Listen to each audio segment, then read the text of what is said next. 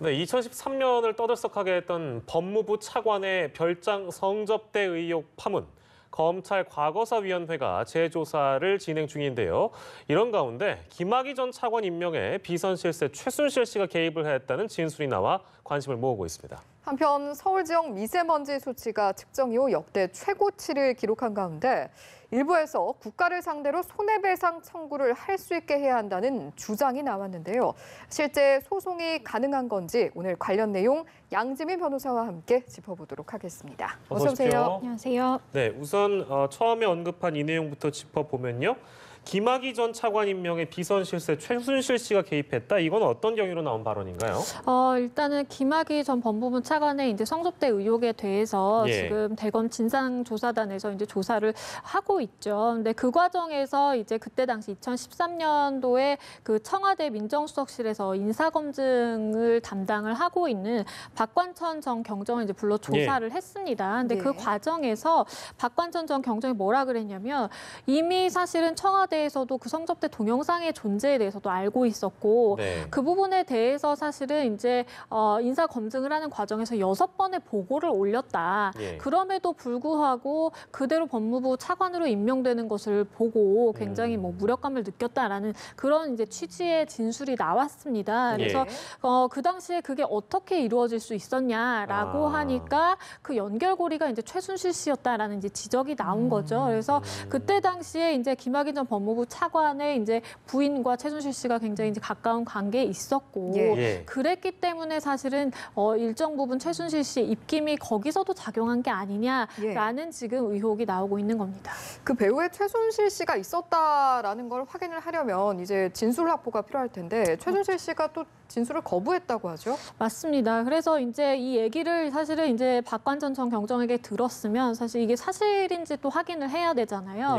그래서 지금 최순실 씨가 이제 동부구치소에 수감 중입니다. 그래서 서울 동부구치소에 직접 이제 대검 진상조사단이 면접을 하는 방식으로 찾아가서 얘기를 들어보려고 시도를 했는데 최순실 씨가 거부를 했다고 합니다. 그래서 일단은 뭐 이거를 강제하고자 한다면 사실은 이제 강제를 할 수 있는 수단을 생각을 해볼 수도 있겠지만 일단은 지금 진상조사단의 입장은 박관천 전 경정의 얘기를 굉장히 이제 신빙성 있게 듣고 있는 것으로 1차적으로는 생각해 볼 수가 있겠고요. 만약에 이 부분이 정말로 일정 정도의 이제 형사적인 혐의점이 있다라고 해서 뭐 재판으로 넘어가고 아니면 재판으로 넘어가기 전이라고 하더라도 일정 정도의 증거 수집이 필요한 상황이라고 한다면 그때는 사실은 최순실 씨를 다시 이제 만나서 얘기를 해보는 방안도 충분히 검토해 볼 수 있다고 봅니다. 네, 법적으로 정리해 보면 만약에 김학의 그 전 차관의 임명에 있어서 최순실 씨가 실제 입김을 넣어서 임명이 됐다라고 한다면, 그러니까 쉽게 얘기하면 배후에 있었다라는 게 밝혀지면 이건 어떤 혐의인 건가요?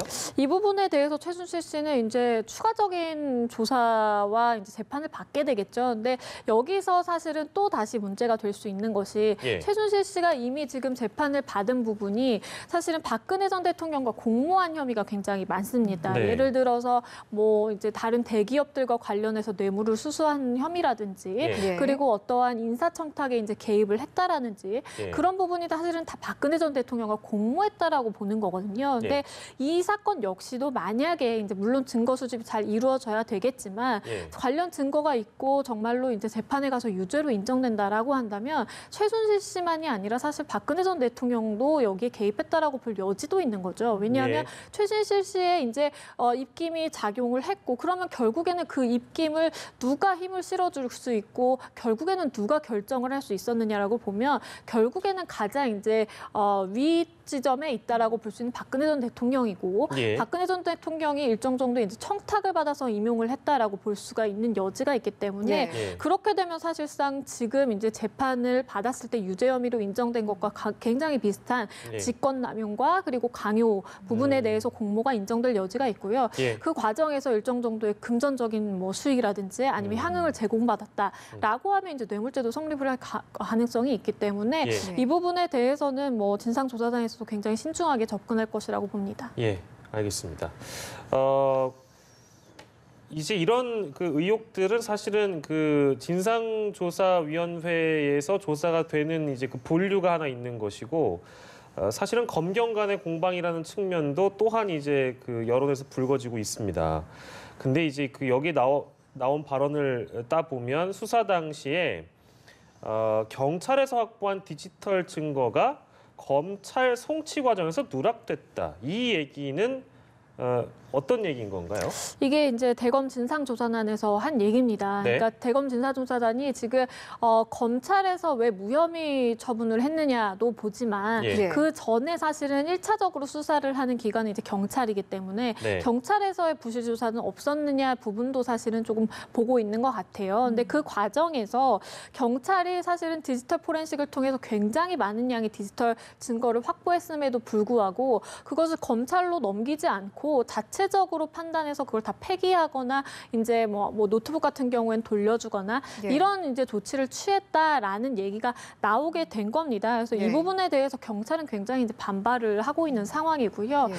경찰은 오히려 이제 조목조목 사실은 오늘 입장을 내면서 반박을 했는데 그 내용을 보면 사실은 그때 당시 디지털 포렌식을 해서 이제 관련 증거를 확보한 것은 맞지만 예. 그 중에서 관련 있는 것에 대해서는 검찰에 다 송치를 있는 그대로 했고 네. 그리고 폐기한 부분에 대해서는 그 부분에 대해서 또 보고서 형식으로 이제 보고서를 올렸다라는 거예요. 그래서 예. 그때 당시에 사실은 검찰이 얼마든지 만약에 그 폐기한 부분에 대해서 문제 삼고 싶었다라고 하면 그때 예. 당시에 수사 지휘권을 활용을 해서 뭐 재수사를 한다라든지 아니면 뭐 폐기하지 말라라든지 일정 정도의 지휘를 할 수 있었음에도 불구하고 네. 왜 이제 와서 문제를 삼느냐라고 예. 지금 경찰은 굉장히 지금 반발하고 있는 상황입니다. 검찰도 또 즉각 재반박에 나선 걸로 알고 있는데 어떤 입장을 밝혔나요? 일단은 이제 검찰 측에서는 지금 디지털 포렌식을 통해서 3만여 건의 디지털 그 자료를 확보했다라고 한다면 그것에 대해서 적어도 이제 일정 정도, 그러니까 대부분 전부는 아니라고 하더라도 일정 정도는 사실은 이제 넘겼어야 맞는 것인데 그거를 다 폐기했다라는 것이 상식적으로 이해가 안 간다라는 이제 입장이고요. 그리고 네. 아까 말씀드렸을 때 경찰에서 이제 보고서 형식으로 다 올렸다라고 하는데 그 보고서가 사실은 폐기하게 된 뭐 근거라든지 이런 내용들이 자세히 적혀 있지 않았다라는 것이 이제 진상조사단의 얘기입니다. 그러니까 예. 그렇기 때문에 사실은 경찰 입장에서는 우리는 할 만큼 했고 다 송치할 거 했고 보고서 형식으로 올렸다라고 하지만 대검 진상조사단에서는 그것으로 불충분했다라는 것이 결국에는 지금 대립하는 지점으로 보이고요. 예. 일단은 사실은 이제 겉에서 보기에는 뭐 경찰에서는 일단 기소 의견으로 송치를 한 건 맞거든요. 그러니까 예, 예. 혐의점이 있다라고 보고 송치를 했는데 검찰에서 이것이 혐의 없다라는 이제 처분이 나온 것이기 때문에 예. 사실은 이 부분에 있어서 경찰과 검찰의 좀 자존심 싸움으로도 볼 수 있을 것 같습니다. 글쎄 뭐 누구 말이 맞는지는 저희가 모르는 거잖아요, 이거 지금.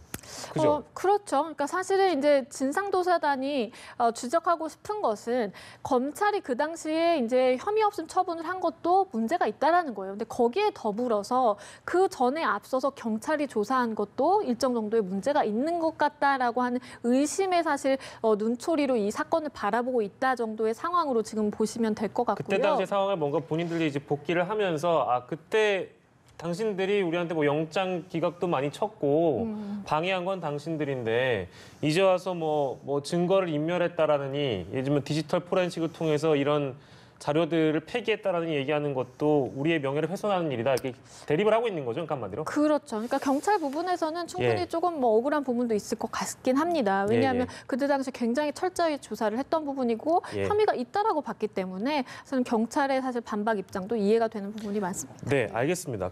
요거 하나만 정리하고 갈게요. 근데 이제 보통 우리가 받아들였을 때 경찰이 검찰에 뭐 이 건을 송치한다라고 얘기를 하면 그냥 고스란히 본인들이 수사했던 자료를 다 넘긴다거나 어느 정도 검경 간의 원활한 소통이라고 보고 좀 뭐한 것 같아요. 그러니까 검찰이 지시를 하기 때문에 경찰이 이렇게 마음대로 뭔가를 폐기한다는 걸 좀 상식적으로 이해가 안 돼서 보통의 처리 과정은 어떤지 궁금한데요.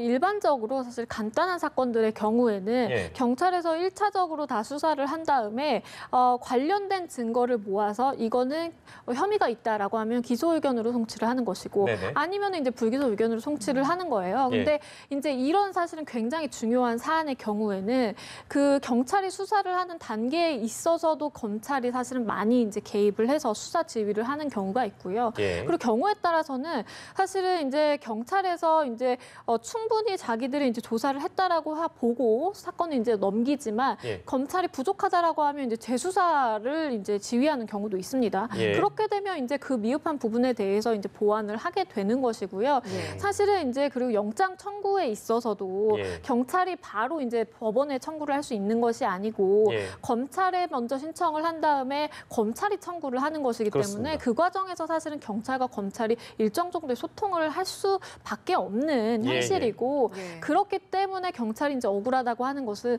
그때 당시에 사실 얘기를 할 수 있었다라는 거죠. 그럼에도 불구하고 지금 사실 2013년이면 6년이 지난 지금에 와서야 이렇게 문제가 불거지는 것은 조금 문제가 있다라는 것이 이제 경찰 측의 입장입니다. 예. 어쨌든 검경이 이렇게 대립을 하고 있는 상황인데 또 검경 수사권 조정안을 놓고도 사실 검경이 신경전을 좀 벌이고 있는 모습이지 않았습니까? 이번 사안이 혹시나 향후에 이제 조정안과 관련해서 영향을 좀 줄 가능성은 없을까요? 일단은 경찰 측에서는 그 검경 수사권 조정에 대해서 얘기를 할 때 이 사건에 대해서 여러 번 언급을 했었습니다. 그러니까 이번 사건 같이 경찰에서 열심히 수사를 해서 그리고 이제 기소 의견을 송치를 하더라도 예. 증거가 아무리 충분하더라도 검찰에서 혐의 없음으로 보면 우리는 할 수 있는 것이 없다. 네. 그렇기 때문에 기소를 지금 기소 독점권을 검찰이 가지고 있는 것을 이걸 나눠줘야 되는 것이다라고 이제 경찰 측의 논리인 것이고요. 예. 이제 검찰 측은 반대로 사실은 1차 수사를 할 수 있는 권한이 이제 경찰에게 있고 네. 뭐 폐기하거나 그런 것도 사실은 경찰이 이제 결정할 사안이고 물론 재수사라든지 지휘를 받을 수 있지만 경찰의 재량이 굉장히 많은 부분이기 때문에 예. 그렇기 때문에 검찰에서 그 지휘권을 만약에 놓게 된다라고 하면 그것은 경찰에게 너무 많은 권한이 가는 것이다라고 이제 사실 양쪽의 논리가 좀 대립하고 있습니다. 그래서 네. 이 부분은 뭐 수사 지휘권과 뭐 1차 수사권 그리고 뭐 수사를 종결할 수 있는 권한을 어떻게 분배할 것인지 재분배할 것인지가 사실 가장 쟁점이라고 보이고요. 네. 그러면서 이 사건이 많이 언급이 되기는 하는데 일단은 이 사건을 통해서 어떻게 이제 결론이 나게 될지는 모르겠지만 예. 어느 쪽으로 결론이 나는지에 따라서 사실은 일방의 이제 주장을 보완하게 되는 굉장히 뒷받침을 하게 되는 근거로 작용할 가능성이 높다고 봅니다. 네, 알겠습니다. 알겠습니다. 기관 간의 뭐 이해관계는 다 다를 수 있는데요. 뭐 검경 간의 갈등, 뭐 요즘에는 검찰과 사법부의 갈등 이런 얘기도 많이 해서 공무원들끼리 이렇게 자꾸 갈등을 일으키면 정의는 누가 지키나 이런 생각을 국민들은 아마 할 것 같습니다. 예. 가벼운 주제 얘기로 좀 넘어가 볼까요? 예. 예. 그러죠.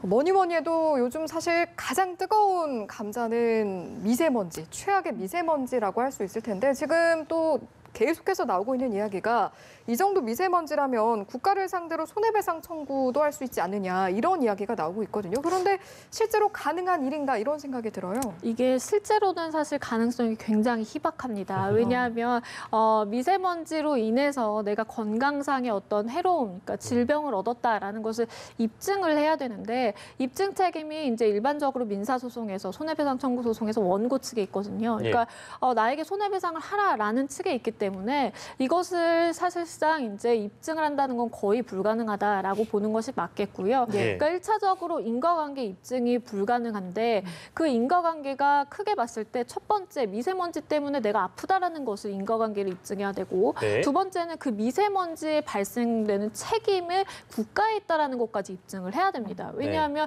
국가가 미세먼지를 발생시켰느냐 또는 미세먼지를 이제 조금이라도 줄이기 위한 노력을 게을리했느냐 예. 이 부분을 입증을 해야 되는데 이거를 입증하기가 굉장히 현실적으로 어려운 것이고 예. 그리고 뭐 입증이 된다라고 하면 그 범위를 어디까지 볼 것인지 그러니까 어느 호흡기 질환자에 대해서 미세먼지의 영향을 미쳤다라고 볼 것인지 그 범위를 사실 특정하는 것도 굉장히 쉽지가 않기 때문에 예. 이것은 뭐 많은 국민들이 마음속으로는 바라고 있는지는 모르겠지만 예. 현실적으로 법적으로는 굉장히 좀 힘든 부분이 있습니다. 얼마나 미세먼지가 심하면 이런 얘기까지 나오겠어요. 근데 하나 짚고 가자면 미세먼지를 발생시킨 책임에 대해서는 지금도 뭐 이제 중국이 그랬다라느니 아니면 국내에서 원인이 있다라든 뭐 여러 얘기가 많습니다. 그러니까 미세먼지 발생 책임을 차치하고서라도 요즘에 우리가 재난에 준하는 미세먼지라는 표현 많이 하잖아요. 그러니까 미세먼지를 재난으로 규정시키면 재난을 제대로 관리하지 못해서 국민이 피해를 받고 그 국민이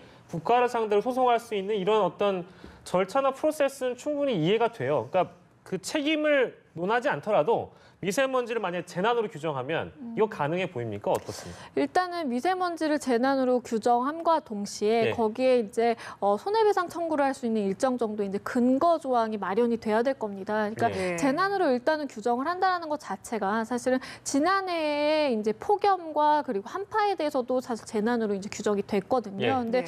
우리가 내가 폭염으로 인한 나의 피해를 국가에 손해배상 청구를 한다라고 했을 때 인정되는 것 역시 사실 굉장히 어렵습니다. 그러네요. 그렇기 때문에 미세먼지가 재난으로 이제 본다라고 하더라도 그 재난으로 보기 때문에 국가가 여러 가지 원조할 수 있는 부분이 늘어나고 예, 국가가 국민에게 이제 일정 정도 지원할 수 있는 부분이 늘어나는 것은 맞지만 예. 그것을 개인적으로 손해배상 청구를 했을 때 얼마나 유리한 것인가라고 본다라고 한다면 거기에 더불어서 손해배상 청구가 가능한 근거 조항이 반드시 마련이 돼야만 그게 이제 유리하다라고 볼 수가 있겠고요. 단순하게 이제 재난으로 본다라고 하면 국가가 국민에게 줄 수 있는 조금 혜택이 늘어날 수 있다라는 시각에서 보시는 것이 더 나을 것 같습니다. 예, 알겠습니다. 오늘은 총 2가지 주제를 놓고 이야기를 나눠봤네요. 미세먼지 얘기까지 오늘 양지민 변호사와 함께했습니다. 오늘 시간 고맙습니다. 고맙습니다.